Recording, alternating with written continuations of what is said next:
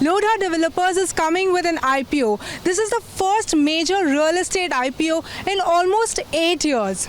So to talk about that and more, I have with me the MD and CEO of Lodha Developers, Mr. Abhishek Lodha. Hi. Hi, and thank you so much for joining My us. pleasure. Let's start with the IPO thing. So when are you starting with coming out with an IPO, and what is the proceeds that you're planning to raise, and what are you expected to do with the proceeds? As per the DRHP, we intend to raise 3,750 crores as a primary issue. In addition to that, there is an offer for sale of 1.8 crore shares, of which 80% of the proceeds will come back into the company.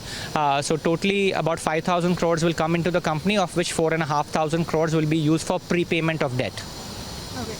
And how have the sales and revenues been for you as a company in FY18? Because the real estate market has been pretty sluggish for last year. So how has it been for you? We've had a very good FY18, and actually we've had consistent growth for a very significant period of time, including last year. Last year, our top line revenues were a little over 9,000 crores in our India business. We had net new sales of 8,100 crores. We had collections from customers of 8,500 crores. And most importantly, we delivered over 11,000 units of homes and offices, which is not only the largest in the country, but more importantly, it's the largest delivery of multi-storied homes and offices in the world outside China. And also the affordable is the talk of the town right now, and you are also majorly going into affordable right now. We are at PALAVA city, which is also catering to the affordable segment. So what do you think about the whole affordable segment, and what is the number of units that you're expecting to sell? See, we don't talk affordable, we do affordable. You can see in the backdrop, this is PALAVA city, ranked as India's #1 smart city last year by JLL. In the last 10 years, we've been doing affordable housing since 2009-10, not in the last year when it's become the new buzzword. We've delivered more than 20 million, more than 2 crore square feet of affordable housing. Almost 25,000 families are staying in our various affordable housing developments. And we've developed the scale, the systems, the IT processes to service affordable housing in a manufacturing mindset where we continuously build and we sell. It's an area of great focus for us. Last year, 44% of our sales, 3,500 crores plus, was in affordable housing, and this is across multiple locations: Palava, Upper Thane, Amara in Thane, Mira Road, and other locations are also coming up. And so it's a big area of focus and growth for us.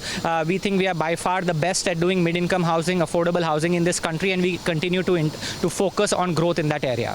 So right now, what is the portfolio affordable share in your portfolio? Because you're looked at as a premium brand, and do you expect to up this affordable share as well? Last year, 44% of our sales were in the affordable segment. It will move up towards a further share over the next couple of years, and almost move towards a higher number, approaching 50%. And yes, clearly, it's a strategic choice to focus on doing a lot more affordable housing. I want to clarify that high quality mid-income housing is very, very important for this country. And as a premium developer, we have learned how to do high quality.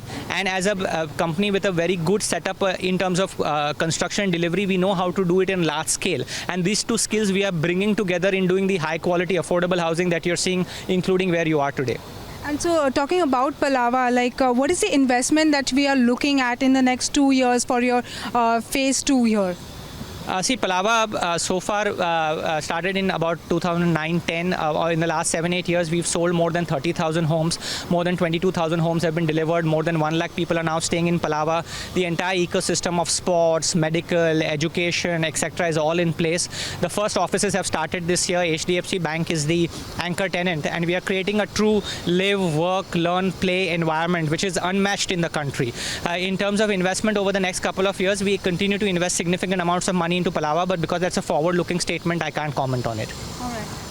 Also on, talking about your Mumbai-based and MMR-based presence predominantly, do you expect to go a little pan-India, or let's just pan-Maharashtra, and what are your plans for broadening your horizons? No, we have no pan-India strategy. Our focus is on the MMR and Pune markets for the near term, and that's really what we focus on over the next couple of years.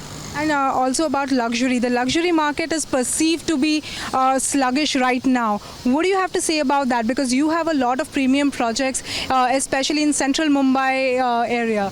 Yeah, I think there is a perception that the premium market, the luxury market, is not doing well. Last year, we sold 3,000 crores of new sales in the residential sales in the island city of Mumbai.